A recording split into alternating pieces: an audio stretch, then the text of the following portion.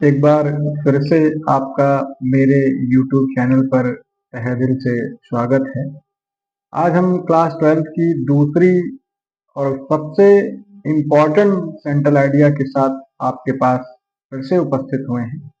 आज की जो पोयम है, ए थिंक ऑफ ब्यूटी, सुंदरता की वस्तु। पोएट जो है उसके जॉन केट्स हैं, उन्होंने लिखा है। बहुत इम्पोर्टेंट पोयम है।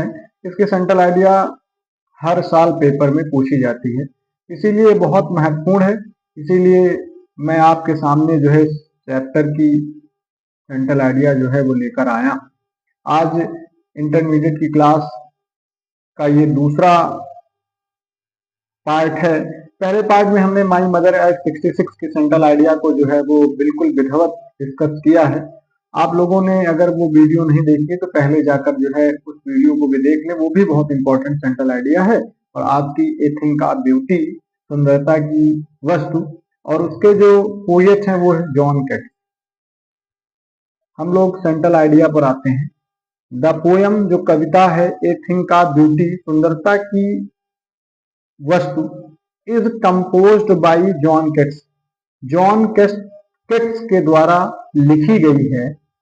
इन द पोयम, इस कविता में, द पोएट टेल्स, कवि जो है वो कहता है, दैट की द ब्यूटीफुल थिंग्स, जो सुंदरता वाली जो चीजें हैं, are the source of great joy. जो सुंदरता वाली जो चीजें हैं, सोर्स का मतलब साधन है, ऑफ ग्रेट जॉय, एक असीमित आनंद एंड हैप्पीनेस और प्रसन्नता की। यानी जो सुंदरता वाली चीजें हैं वो असीमित आनंद और प्रसन्नता की जो है वो साधन है। Beauty can be found everywhere, जो सुंदरता है वो प्रत्येक जगह जो है वो पाई जा सकती है। कहीं से भी आप जो है सुंदरता को प्राप्त कर सकते हैं। इसका कोई एक निश्चित स्थान नहीं है।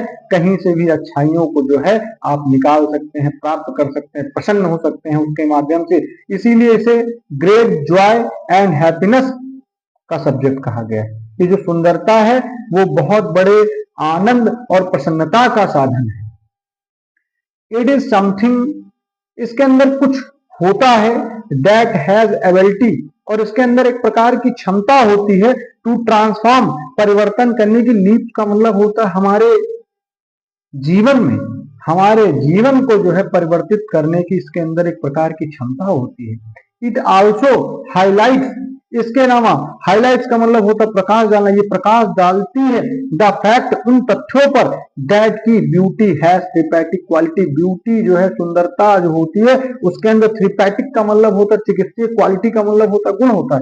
इसके अंदर एक विशेष प्रकार का गुण होता है और उसके ऊपर प्रकाश डालती है। इसके अंदर थेरेपेटिक का मतलब होता है हीलिंग पावर, एक प्रकार की भरने वाली जो शक्ति होती है इसके अंदर होती है। आपने कभी देखा होगा कि आप बहुत अधिक दुख में होते हैं, अचानक कोई सुंदर सी वस्तु दिखाई पड़ती है और आपके अंदर जो है प्रसन्नता आ जाती है। इसीलिए इसके अंदर एक विशेष प्रकार का गुण होता है जिसे हम लोग थेरेपेटिक क्वालिटी कहते हैं, चिकित्सीय गुण होता है। और उस गुण के माध्यम से जो है हमारे विचारों को, जो खराब विचार है, नकारात्मक विचार है, उनको जो है हीलिंग कर देती है, यानी भर देती है।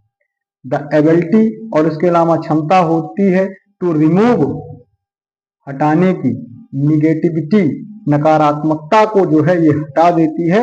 और it can be any object, ये किसी भी ऑब्जेक्ट में मिल सकती है, किसी भी वस्तु में मिल सकती है।